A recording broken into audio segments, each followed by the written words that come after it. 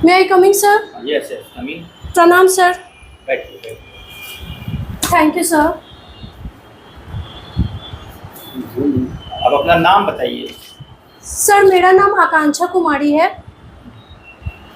आकांक्षा कुमारी. जी sir. ये आकांक्षा का क्या तात्पर्य होता है? सर आकांक्षा का तात्पर्य इच्छा है और उत्सुकता है किसी चीज़ को जानने के प्रति. अच्छा अच्छा. तो क्या आपके अंदर ये बचपन से ऐसी कुछ आकांक्षाएं बनी है कि आप क्या चाहते हैं जीवन में, आप क्या करना चाहते हैं, क्या आकांक्षा है आपको जीवन से? सर मुझे सीखने का बहुत शौक़ है. नई नई चीज़ें सीखने का शौक़ है. कुछ नया चीज़ देखती हूँ तो मुझे लगता है कि ये कैसे हुआ, इसको सीखना चाहिए मुझे. अच्छा अच्छा. मैंने पूछा कि आपको जीवन से क्या आकांक्षाएं, क्या बनना चाहती हैं? सर अभी वर्तमान में तो मेरी सिर्फ एक आकांक्षा है कि ESI मैं बनूँ. वेरी गुड, बहुत डेडिकेटेड हैं आप. Thank you sir. तो आपने ग्रेजुएशन कब किया है? सर मैंने ग्रेजुएशन 2017 में किया है from Patna women's college, Patna university. तो पटना वुमेंस कॉलेज जी कब स्थापित हुआ है? सॉरी सर, मुझे पटना यूनिवर्सिटी का याद है. कब यूनिवर्सिटी कब बना है? 1931. 1931. जी सर. जी सर. 1917. Sorry sir, 1917. अच्छा, कोई बात नहीं है. ग्रेजुएशन में सब्जेक्ट क्या था आपका? Maths honours. मैथ्स. जी सर. मैथ्स में आपने क्या क्या पढ़ाई किया है? सर मैंने ग्रेजुएशन में मैथ्स में अलजेब्रा, पेपर 1 में अलजेब्रा सेट थ्योरी, पेपर 2 में मैंने इंटीग्रल कैलकुलस. अच्छा, अलजेब्रा आप बता रही हैं, तो अलजेब्रा में आप लीनियर अलजेब्रा भी पढ़ी होंगी. जी सर. और एक मॉडर्न अलजेब्रा पढ़ी होगी. जी सर. है ना? कुछ टॉपिक्स का नाम बता दीजिए जो आपने मॉडर्न अलजेब्रा में पढ़ा है. सर मुझे अभी याद नहीं है. जैसे ग्रुप, फील्ड, रिंग. जी सर, पढ़ा था. पढ़ी थी सर? Yes sir. मुझे याद नहीं है. सर अभी याद नहीं है.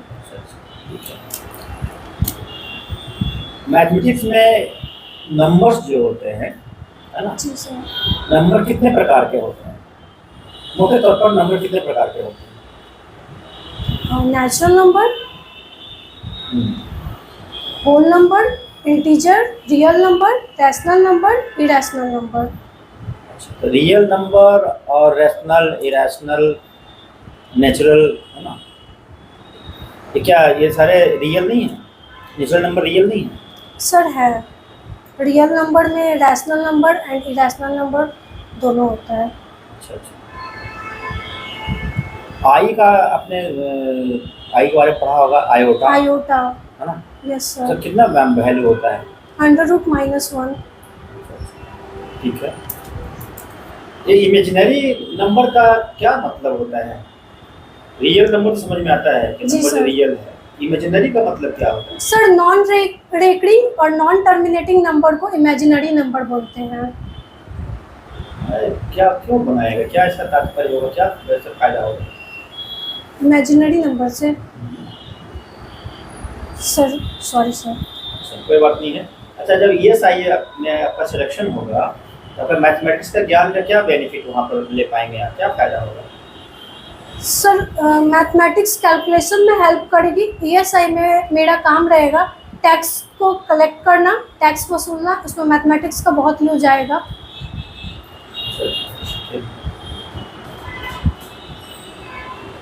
ESI का रोल रोड सेफ्टी में कैसे हो सकता है? Sir ESI as a ESI मैं लोगों को उसके साथ साथ बताऊंगी road safety rules, road safety rules के बारे में बताऊंगी और रोड सेफ्टी साइन के बारे में बताऊंगी. उसके बाद ड्राइवर के कर्तव्य के बारे में, उसे जानकारी होनी चाहिए. कब बताएंगे आपको? तो टैक्स फसल कलेक्ट करने को मिलेगा तब ना बताएंगे. जी सर. कब बताएंगे आप?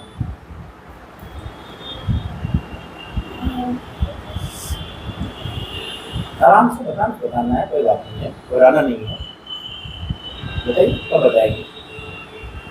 सर उसी समय जब मैं ड्यूटी पे रहूँगी तो मुझे कुछ गलत सड़क पे दिखा तो उस समय मैं समझाऊंगी उनके ड्यूटी को ड्राइवर के कर्तव्य के बारे में समझाऊंगी, उसका थर्ड पार्टी इंश्योरेंस के बारे में बताऊंगी अगर मुझे वैसा दिखा। अच्छा, सर जैसा सिचुएशन बनेगा मैं वैसा हाँ बताऊंगी। बहुत अच्छा, बहुत अच्छा। हाँ ठीक। आकांक्षा, आपने विमेंस कॉलेज से पढ़ा है। जी सर। ये लड़कों के लिए कोई सेपरेट कॉलेज क्यों नहीं होता है? लड़कियों को जैसा women's college, girls high school जैसे होते हैं, लड़कों के लिए ऐसा स्कूल नहीं देखते, कॉलेज नहीं देखते? जी सर बिल्कुल। सर एक्चुअली क्या है कि लड़कियों को समाज में थोड़ा उठाने के लिए एक गर्ल्स कॉलेज को बनाया जाता है या फिर गर्ल्स स्कूल को बनाया जाता है, जिससे गर्ल्स थोड़ी कंफर्टेबल रहे, और अगर उसके पेरेंट्स को भेजने में भी कोई प्रॉब्लम होता हो तो वो थोड़ा कंफर्टेबल फील करे। तो आपने तो इससे पहले तो कभी को एजुकेशन पढ़ा ही होगा, जी सर बिल्कुल। और फिर आपने विमेंस कॉलेज में पढ़ा। जी सर। दोनों में आपको कुछ अंतर नजर आया होगा? यस सर, मुझे अंतर समझ में आया। क्या सा डिफरेंस है? सर कोएड में पढ़ने से मुझे बॉयज़ लड़कों के पॉइंट ऑफ व्यू भी पता चलते हैं, लेकिन गर्ल्स कॉलेज में मुझे ये लैकिंग लगता है। बहुत अच्छा। अच्छा, अभी हाल ही में महिला समानता दिवस मनाया गया है, इसके बारे में आप जानते हैं? Sorry sir. महिला समानता दिवस, women's equality day, sorry sir, मुझे नहीं पता। 26 अगस्त को मनाया गया है। आप मुझे ये समझा दीजिए कि हम लोग इतने लंबे समय से महिला समानता दिवस मना रहे हैं, फिर भी हम देख रहे हैं कि महिलाओं के साथ भेदभाव बनी रहती है, जेंडर डिस्क्रिमिनेशन हो रहा है। ऐसा क्यों हो रहा है? सर इसमें अवेयरनेस की कमी है, लोगों को अवेयर करने की थोड़ी ज़रूरत है। लड़कों के पढ़ाई के महत्व को लोग समझते हैं, लड़कियों के पढ़ाई के महत्व को कहीं ना कहीं नहीं समझते, तो उसे समझाने की ज़रूरत है। ऐसे अभी सर इस पर बहुत वर्क किया जा रहा है। आकांक्षा, जैसा कि आपने देखा अभी हमारे नए चीफ जस्टिस महोदय शपथ लिए हैं, जी सर। तो आपकी क्या आकांक्षा हमसे है? सर ये नए जस्टिस ने शपथ लिए हैं, यूयू ललित जी। वो जैसा कि बोले हैं कि लंबित मामले को आधुनिक तकनीक से वो जल्द से जल्द पूरा करेंगे, लंबित मामलों को। तो मुझे यही आकांक्षा है कि वो उसको करे कंप्लीट। बहुत अच्छा आपने बताया। हो गया। अच्छा, मुझे ये बताइए कि जो आजकल सरकारें बड़ी बदल रही हैं, जी और सर। कभी सरकार गठबंधन की सरकार आ रही है, कभी बहुमत की सरकार आ रही है, तो सरकारें बहुत चेंज हो रही है। महाराष्ट्र का भी आपने देखा होगा, बिहार में भी देखा होगा। जी तो सर। मैं व्यक्तिगत राय आपका ये जानना चाहता हूँ कि जो बहुमत की सरकार होती है और जो गठबंधन की सरकार होती है, दोनों में ज़्यादा कौन सा बेटर होता है लोगों के लिए? मैं व्यक्तिगत आपकी राय जानना चाहता हूँ। सर दोनों बेटर होता है, अपनी अपनी जगह पे दोनों बेटर होता है। महागठबंधन सरकार में बेटर होती है, उसमें बहुत सारे राजनीतिक पार्टी मिलके काम करते हैं, तो सर वो भी बेटर होता है। मतलब क्या बेटर होता है ये जानना चाहता हूँ मैं। बहुमत की सरकार अगर होती है तो उसमें क्या अच्छा है, या गठबंधन की सरकार होती है तो उसमें क्या अच्छा है, वो मैं आपसे जानना चाहता हूँ। सर गठबंधन की सरकार में बहुत सारे राजनीतिक पार्टी के व्यू हमें पता चलती हैं, बहुत सारे राजनीतिक पार्टी मिलकर काम करते हैं। तो सर सॉरी सर, मैं उतना अच्छे से एक्सप्लेन नहीं कर पा रही हूँ। बिहार में आर्थिक जो सर्वे हुआ है, जो भारत में जो इकोनॉमिक सर्वे हुआ, जिसमें बिहार की स्थिति बहुत नीचे है, कैसे हम बिहार की स्थिति को और अच्छा कर सकते हैं आर्थिक के पॉइंट ऑफ व्यू से, वो कैसे कर सकते हैं? कुछ जो है वो हमें बताइए कि क्या करना चाहिए आर्थिक स्थिति में। आर्थिक स्थिति को मजबूत करने के लिए क्या करना चाहिए, जिससे हमारे बिहार की। सर शिक्षा में सुधार करनी चाहिए, स्वास्थ्य में सुधार करनी चाहिए, उसके साथ साथ इंफ्रास्ट्रक्चर पे जो कि काम किया भी जा रहा है। सर अगर युवाओं को रोजगार बिहार में ही मिलने लगेगा तो बिहार की आर्थिक स्थिति बहुत सुधरेगी। गुड। हाँ, आगे। अच्छा, और एक बात बताइए, महिला सशक्तिकरण, जी सर। कौन कौन सी योजनाएं जो चल रही है उसमें सबसे अच्छी योजनाएं आपको कौन सी लगती है जो महिला सशक्तिकरण को बढ़ावा दे रही है? आपकी व्यक्तिगत राय, आप कौन सी योजना सबसे अच्छी है? सर बेटी बचाओ बेटी पढ़ाओ, जिसे बदलाव के नाम से जाना जाता है, सर वो योजना अच्छी है। अच्छा, पटना में जू देखा है आपने? जी सर बिल्कुल। बिहार में सेकेंड जू स्टैब्लिश होने जा रहा है, बता सकती हो कौन सा जिला है, कौन सा डिस्ट्रिक्ट है जहाँ सेकेंड जू स्टैब्लिश? Sorry sir. अच्छा, अभी बहुत बड़ा स्वर भंडार मिला है भारत में, बिहार के सर। किस जिले में? कैमूर, नहीं, जमुई। जमुई सर। हॉबी क्या है आपकी? Cooking, cooking. और सर बच्चों के साथ टाइम स्पेंड करना। बच्चों के साथ टाइम स्पेंड जी सर। कुकिंग किस तरह का बनाती हैं आप? सर मैं जनरली तो नाश्ता बनाती हूँ, ऐसे मैं सब कुछ बना लेती हूँ लगभग। एक स्ट्रॉन्ग पॉइंट अपनी बता दें। सर स्ट्रॉन्ग पॉइंट मेरी ये है कि मुझ में पेशेंस बहुत है।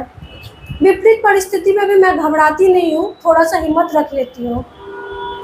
एज ए ESI बन के जाती हैं आप, जी सर। पॉइंट वहाँ पे होती है, तो बहुत पॉलिटिकल स्ट्रेस होगा आपके ऊपर, कैसे हैंडल करेंगे? सर मैं एज ए ESI बनकर जाऊंगी तो पॉलिटिकल स्ट्रेस होगा, तो मैं जैसा कि मैं बताई हूँ कि मेरी स्ट्रॉन्ग पॉइंट पेशेंस है, तो वही मैं पेशेंस के साथ उसको हैंडल करूँगी। बहुत अच्छा जवाब दे रही हैं आप। Thank you sir. तो बताइए, आपसे और कौन सा फील्ड से प्रश्न किए जाए जिसमें आप और अच्छा जवाब दे सकती हैं? सर मेरी हॉबी। बच्चों को पढ़ाना। जी सर। अच्छा, बच्चों को जो पढ़ाते हैं आप, तो क्या क्या शिक्षा देती हैं? सर मैं 7th क्लास के स्टूडेंट को पढ़ाती हूँ, तो मैं उनके करिकुलम को देखती हूँ, उसके साथ साथ मैं उसे और भी अच्छे से ट्रेनिंग भी देती हूँ। अच्छा, 7th क्लास को पढ़ाती हैं? सर अभी तो मैं फ़िलहाल 7th के स्टूडेंट को पढ़ा रही हूँ। अच्छा अच्छा। तो पढ़ाने में कौन कौन सा टेक्निक इस्तेमाल होते हैं? बीएड भी किया है आपने? जी सर, मैं बीएड परसुइंग हूँ, मैं 2nd ईयर की छात्रा हूँ, बीएड 2nd ईयर। अच्छा अच्छा, तो बीएड आपने किया है और इधर आप ESI के एग्जामिनेशन में आप अपियर हो रही हैं। आखिर आपको करना क्या है? ESI बनना है या फिर शिक्षिका बनना है? आपकी हॉबी भी टीचिंग है? सर ESI की वैकेंसी 2019 में आई थी, उस समय मैं प्रतियोगी परीक्षाओं की तैयारी कर रही थी, तो उसी बीच में मतलब ESI की वैकेंसी आई, तो मैंने प्री का एग्ज़ाम दिया, तो मैंने क्वालिफाई किया, तो फिर मैंने पूरे मनोयोग के साथ मेंस की एग्ज़ाम दी। और टीचिंग की जहाँ तक बात है, ये 2021 से 2023 का सेशन है मेरा, तो मेरी माँ ने मुझे बोला कि साथ में एक पैरेलल में कुछ ऑप्शन लेकर चलो, कहीं ना कहीं अनसिक्योरिटी होती है, तो इसलिए। अच्छा, मतलब कि आप निगेटिव भी सोचती हैं? सर निगेटिव नहीं सोचती हूँ, बट पेरेंट्स के बात को भी थोड़ा सा ध्यान में रखना पड़ता है। अच्छा अच्छा। तो अगर आपको बीएड करने के बाद किसी अच्छे स्कूल में, कॉलेज में अगर अपॉर्चुनिटी मिलता है और हायर सैलरी में आपका अपॉइंटमेंट वहाँ होता है ESI की तुलना में, तो आप कहाँ जाना पसंद करेंगे? सर अभी तो वर्तमान में मैं ESI, सर मेरा मेन एक अभी मकसद है ESI में जॉब लेना। फिर बीएड क्यों किया? सर बीएड तो मैंने अभी मेरी मेंस निकली, तो उसके बाद फिर मैं इस फील्ड में और ध्यान देने लगी। बीएड मैंने अपनी माँ के कहने पे किया है, एक जॉब सिक्योरिटी साइड में, एक पैरेलल में कुछ लेके चलने के लिए। अच्छा अच्छा। मान लीजिए कि आप ESI ग्रुप में काम कर रही हैं, है ना, तो ऐसा व्यक्ति आता है वहाँ पर जिसके कागजात में कुछ कमियाँ हों, या हो सकता है कि उसका फिटनेस वगैरह नहीं हो, गाड़ी का सर्टिफिकेट नहीं हो, और वो व्यक्ति आपकी माँ के रिलेटिव्स हों, और आपकी माँ आपको फ़ोन करके बताएंगे कि अरे वो तो मेरा रिलेटिव है, उसको छोड़ दो, क्यों उसको रोकी हुई हो, जाने दो भाई, है ना, मेरा भाई है या कुछ और है, तो माँ के करने पर आपको उसको छोड़ देंगे? जी नहीं सर, बिल्कुल मैं नहीं छोड़ूंगी। जो ESI का कर्तव्य मुझे सौंपा जाएगा, मैं पहले अपने कर्तव्य को निभाऊंगी। अभी तो अपने माँ के कहने पर ESI की तैयारी के बीच में बीएड में एडमिशन ले लिया? सर बीएड में एडमिशन इसलिए लिया क्योंकि अगर हो सके मेरा इधर सिलेक्शन नहीं हो पाता तो मेरे पास एक ऑप्शन रहेगा, बैकअप प्लान रहेगा, इसलिए। चलिए, ओके, जा सकते हैं। Thank you sir.